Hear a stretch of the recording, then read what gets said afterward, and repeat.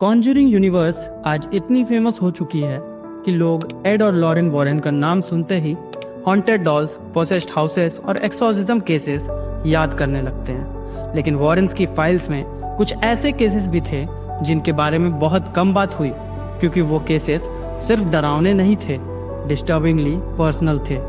ऐसी ही एक कहानी थी मॉरिस थेरियॉल्ट की, जिसे लोग फ्रेंची के नाम से जानते थे। मैसाचुसेट्स के एक छोटे रूरल टाउन का रहने वाला एक आदमी, जिसकी जिंदगी धीरे धीरे किसी हॉरर फिल्म जैसी नहीं बल्कि एक स्लो मेंटल कोलैप्स जैसी बनती चली गई।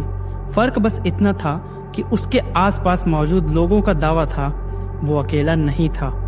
1980s के आखिर के साल मैसाचुसेट्स के आउटस्कर्ट्स में फैला एक शांत रूरल इलाका, लंबे खेत, पुराने वुडन बांस, दूर दूर बने घर, और रात होते ही पूरा इलाका लगभग डेड साइलेंस में डूब जाता था। उस समय वहाँ की जिंदगी बहुत सिंपल थी।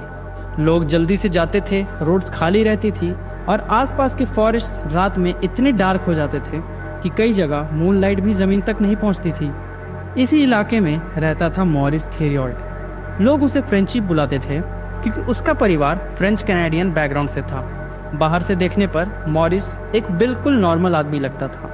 फार्मर था, फैमिली थी, स्मॉल टाउन लाइफ जी रहा था। लेकिन उसके करीब रहने वाले लोग जानते थे कि उसके अंदर कुछ सालों से धीरे धीरे बदल रहा था। मॉरिस का चाइल्डहुड खुद एक नाइटमेयर था। उसका बाप बेहद अब्यूजिव माना जाता था। रिपोर्ट्स के मुताबिक बचपन में मॉरिस को लगातार फिजिकल अब्यूज और साइकोलॉजिकल टॉर्चर झेलना पड़ा था। कई लोगों का मानना था कि वही ट्रॉमा बाद में उसकी मेंटल स्टेट को तोड़ने लगा।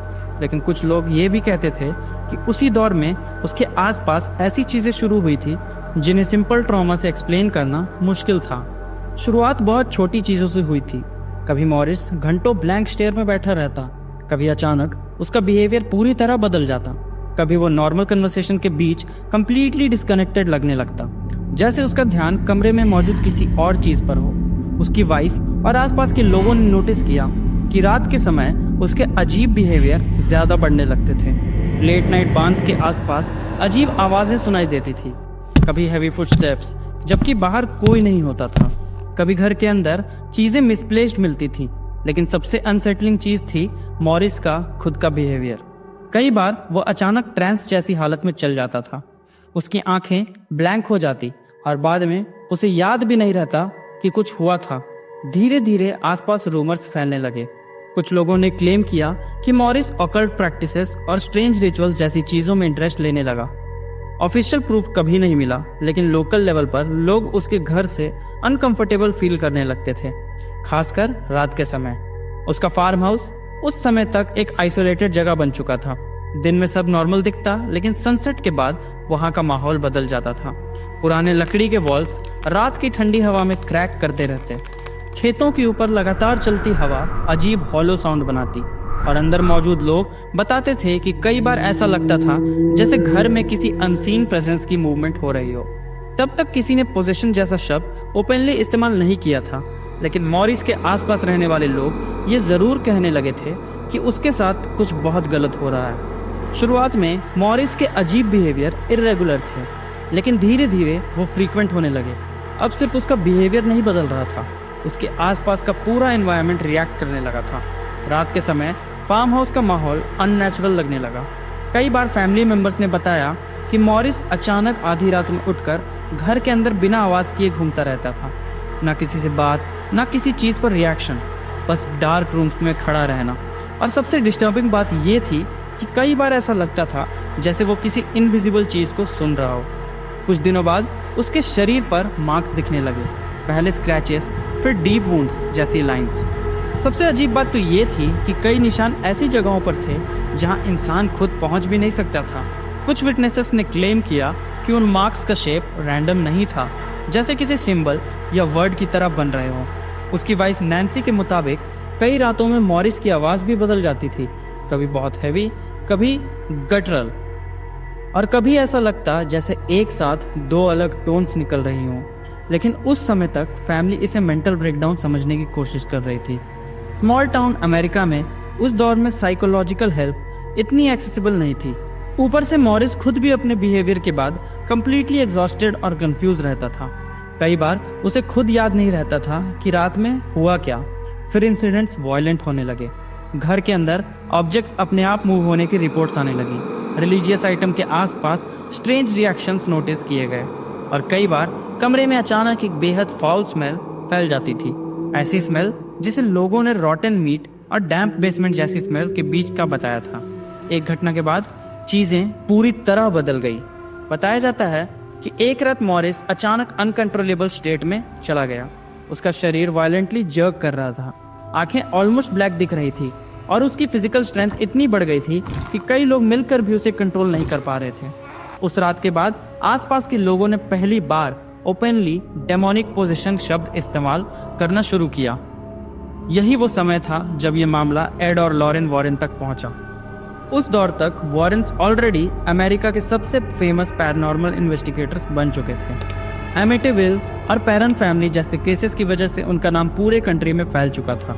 लेकिन रिपोर्ट्स के मुताबिक जब उन्होंने मॉरिस का केस इन्वेस्टिगेट किया तो उन्होंने इसे अपने सबसे सीवियर केसेस में से एक माना। लॉरेन वॉरेन का दावा था कि मॉरिस के आसपास एक डार्क प्रेजेंस लगातार महसूस होती थी। एड वॉरेन ने उसके फिजिकल चेंजेस डॉक्यूमेंट किए। उनके मुताबिक बिहेवियर के दौरान मॉरिस का चेहरा डिस्टॉर्ट होने लगता था, उसकी बॉडी पर नए मार्क्स उभरते थे और उसकी स्ट्रेंथ नॉर्मल ह्यूमन लिमिट से बाहर लगती थी। लेकिन सबसे डिस्टर्बिंग फेज अभी बाकी था। एक्सॉर्सिज्म की तैयारी शुरू हुई। फादर रॉबर्ट मैकेना नाम के कैथोलिक प्रीस्ट को बुलाया गया जो एक्सॉर्सिज्म राइट्स में ट्रेंड थे। रिचुअल मॉरिस के फार्म हाउस में हुआ। रात का समय था, बाहर तेज हवा चल रही थी और अंदर मौजूद लोग पहले से डरे हुए थे क्योंकि मॉरिस उस दिन सुबह से अनस्टेबल था। जैसे ही प्रेयर शुरू हुई मॉरिस का बिहेवियर वायलेंटली चेंज हो गया।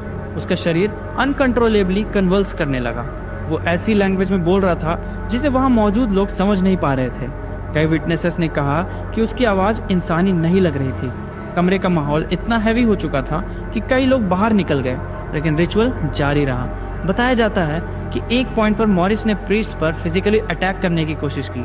कई लोगों को उसे पकड़ना पड़ा। उसके चेहरे की मसल्स अननेचुरली ट्विस्ट हो रही थी, वेन्स बाहर उभर कर आ रही थी और उसकी आंखें सीधे किसी एक इंसान को नहीं, जैसे कमरे के पीछे किसी अनसीन चीज को देख रही थी। फिर वो घटना हुई जिसने इस पूरे केस को वॉरेन्स की फाइल्स में परमानेंटली दर्ज कर दिया। विटनेसेस के मुताबिक रिचुअल के दौरान मॉरिस कुछ सेकंड के लिए जमीन से ऊपर उठ गया था। रूम पूरी तरह केओस में था। प्रेयर्स लाउड हो चुकी थी। मॉरिस लगातार वायलेंट रिएक्शंस दे रहा था और फार्म हाउस के अंदर मौजूद लोगों को जेन्युइनली लग रहा था कि वो किसी इंसान से नहीं किसी और चीज से लड़ रहे हैं। आवर्स बाद रिचुअल खत्म हुआ। उस रात के बाद मॉरिस कुछ समय के लिए नॉर्मल दिखाई दिया, कम से कम बाहर से। लेकिन वॉरेन्स ने बाद में कहा था कि ऐसे केसेस में एंटिटीज पूरी तरह खत्म नहीं होती। कई बार वो डॉर्मेंट हो जाती हैं और मॉरिस के केस में शायद वही हुआ था। एक्सॉर्सिज्म के बाद कुछ समय तक ऐसा लगा जैसे मॉरिस की हालत स्टेबल हो रही है। अटैक्स कम हो गए थे, उसका बिहेवियर भी पहले से नॉर्मल लगने लगा था। लेकिन उसके करीब रहने वाले लोग कहते थे कि उसके अंदर से वो फियर कभी गया ही नहीं। वो अक्सर आइसोलेटेड रहने लगा था, फार्म हाउस से बाहर कम निकलता, लोगों से दूरी बनाकर रखता और कई बार बिना वजह पैनिक स्टेट में चला जाता। कुछ लोगों का कहना था कि मॉरिस खुद बिलीव करने लगा था कि उसके अंदर जो भी था वो पूरी तरह गया नहीं है। एड और लॉरेन वॉरेन ने बाद में इस केस को अपने सबसे डिस्टर्बिंग इन्वेस्टिगेशंस में गिना। उनका मानना था कि मॉरिस का चाइल्डहुड ट्रॉमा, उसकी अनस्टेबल मेंटल स्टेट और एलिजेड ऑकल्ट एक्सपोजर, इन सब ने मिलकर उसे वल्नरेबल बना दिया था। लेकिन स्केप्टिक्स का कहना था कि यह पूरा मामला अनट्रीटेड साइकोलॉजिकल इलनेस का एक्सट्रीम केस था जिसे सुपरनैचुरल लेवल दे दिया गया। सच क्या था इसका क्लियर आंसर कभी नहीं मिला।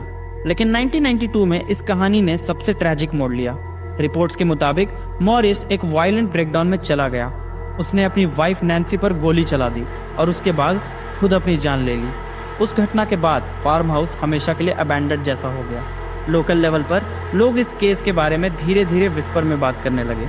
कई लोगों का मानना था कि एक्सॉर्सिज्म कभी सक्सेसफुल हुआ ही नहीं।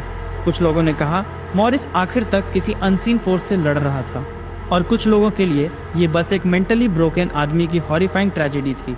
लेकिन वॉरेन्स की फाइल्स में मॉरिस थेरियॉट का नाम हमेशा बना रहा क्योंकि उनके मुताबिक ये सिर्फ हॉन्टिंग का केस नहीं था, ये एक ऐसे इंसान की कहानी थी जो धीरे धीरे अपनी आइडेंटिटी खोता चला गया। और सबसे डरावनी बात ये थी कि उस प्रोसेस को देखने वाले लोग आज तक ये डिसाइड नहीं कर पाए कि वो मेंटल इलनेस थी या सच में कुछ और। आज भी पैरानॉर्मल सर्कल्स में मॉरिस थियोल्ड का केस सबसे कंट्रोवर्शियल पोजेशन केसेस में गिना जाता है। कॉन्जरिंग यूनिवर्स में इंस्पायर्ड एलिमेंट्स जरूर दिखे, लेकिन मॉरिस की असली कहानी फिल्मों से कहीं ज्यादा रॉ और अनकंफर्टेबल थी, क्योंकि यहाँ हॉन्टेड हाउस नहीं था, यहाँ एक इंसान खुद धीरे धीरे हॉरर बनता चला गया था।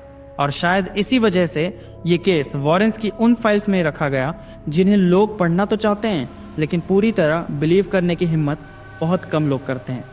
अगर आपको मेरी कहानियां पसंद आती है तो इन वीडियोस को लाइक किया करें और मेरे चैनल को सब्सक्राइब कर दे, ताकि मैं ऐसे ही अमेजिंग स्टोरीज लाता रहूं। अगर आपके पास कोई कहानी है या आपके फ्रेंड्स के पास कोई कहानी है या आपके फैमिली मेंबर्स के पास कोई कहानी है, तो आप मुझे स्क्रीन पर आ रहे इस ईमेल आईडी पर मेल कर सकते हैं। मैं आपकी कहानी को अपने स्टोरी टेलिंग वे के थ्रू इन वीडियोस में सुनाया करूंगा। Until then, signing of.